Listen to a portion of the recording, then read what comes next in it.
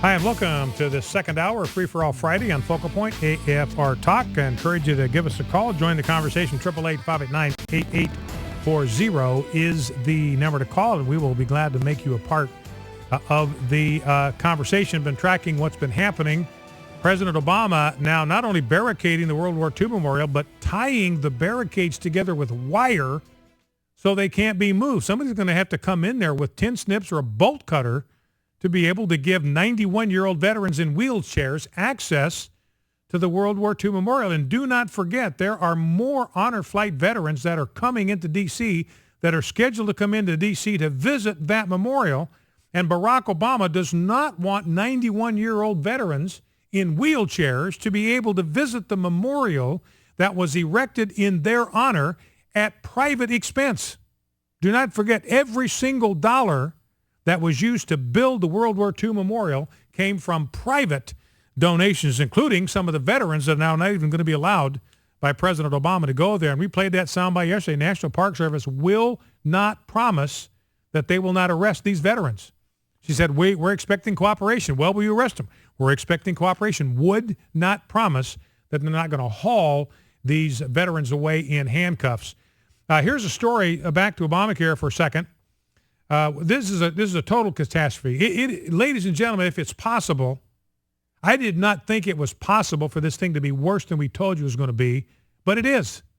This Obamacare thing is an absolute unmitigated disaster.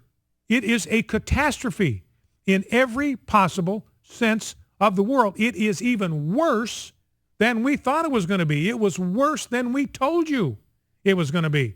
Here's a guy from Fountain Hills in Arizona. Listen to this.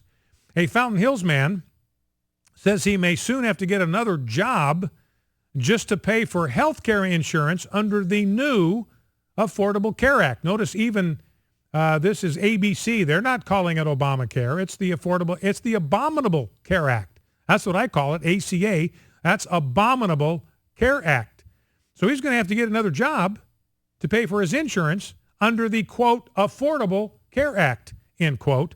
Michael Cherpak, a high school dropout, one of 6 kids born to a school teacher, doesn't come from a wealthy family. He has run 2 businesses for more than 25 years and says he may have to do more literally to stay alive. He found out in 2006 he has an incurable form of leukemia, requires ongoing treatment until he dies.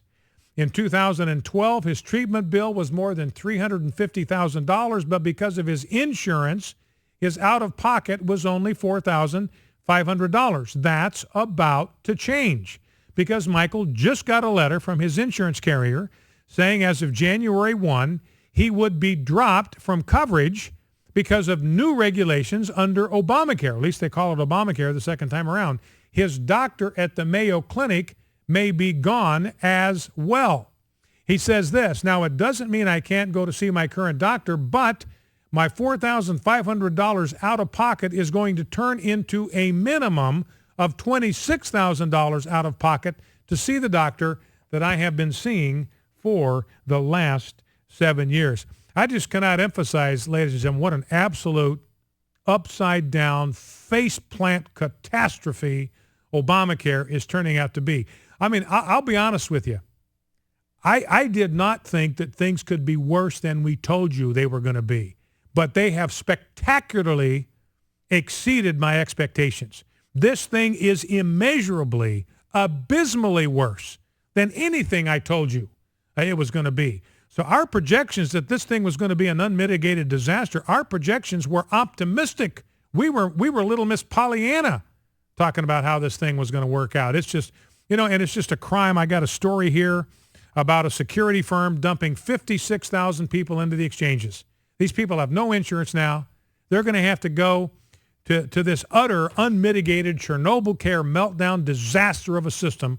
Can't even get on, can't even set up an account. When you do get on, you find out your premiums are absolutely going into orbit. I mean, I just cannot tell you how much it grieves me. And that's why we got to say to the Republicans, don't fold, defund.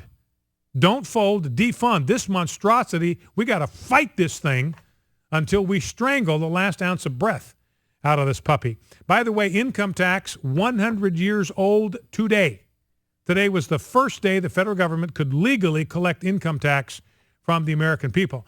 And let's not forget, I want to go to the phones, but I'll just touch on this very briefly. Remember, when the income tax was passed, what the framers of the 16th Amendment meant by income was dividend income. They specifically exempted in their understanding, their definition of income, it did not include salaries and wages. This was dividend income, the kind of stuff you have to report on a 1099 form now, or corporate profits. That's what they meant by income. Investment income, dividend income. They did not mean wages and salaries. Wages and salaries were not supposed to be a part of this mix whatsoever, but because people redefined the word income, all of a sudden you and I got trapped in this thing. 1913, the tax code was 400 pages long. Today, 73,608 pages is the federal tax code today. 73,608 pages. Let's go to the phones. Let's go to Michael, Crawfordville, Indiana. Michael, welcome. What's on your mind? Well, I think you're right about the health care thing. Hopefully everyone else will see it too and vote them people out. But my thing is about the World War II memorial. You know, where I live at in Crawfordsville, we have a World War II memorial, and I invite any World War II veteran to come to that memorial. And because I have a lifetime license to carry, I will be willing to stand up and defend those people's right to come and visit that memorial. Well, you know, and Mark Levin was saying yesterday on his program or 2 days ago, look, if they lay a hand on a vet, and this could happen. I mean, these honor flights are still scheduled to come in. And I don't know if people know much about honor flights. I'm not an expert on it by any stretch. But Honor Flights is a nonprofit organization to get these vets to these memorials so they can see them before they die. A lot of these guys, this is their one visit to D.C. And Mark Levin said, hey, look, if they lay one hand on a vet, I'm going to get 500,000 people down there in protest. Well, listen, I appreciate your support for the veterans, Michael, and we certainly all hope it doesn't come to anything like that. We hope that some kind of sanity is going to prevail in this deal. But we have a president that has no respect for the military, no respect for the veterans, no respect for the guys who stormed the beaches at Normandy. It's just a criminal thing. He shut down the cemetery at Normandy. Again, that's something that's completely unnecessary. All right, Michael, thank you for your call. Let's go to JR in Carrollton, Alabama. JR, welcome to Focal Point. What's on your mind? Yes, JR, go right ahead. Got about 45 seconds.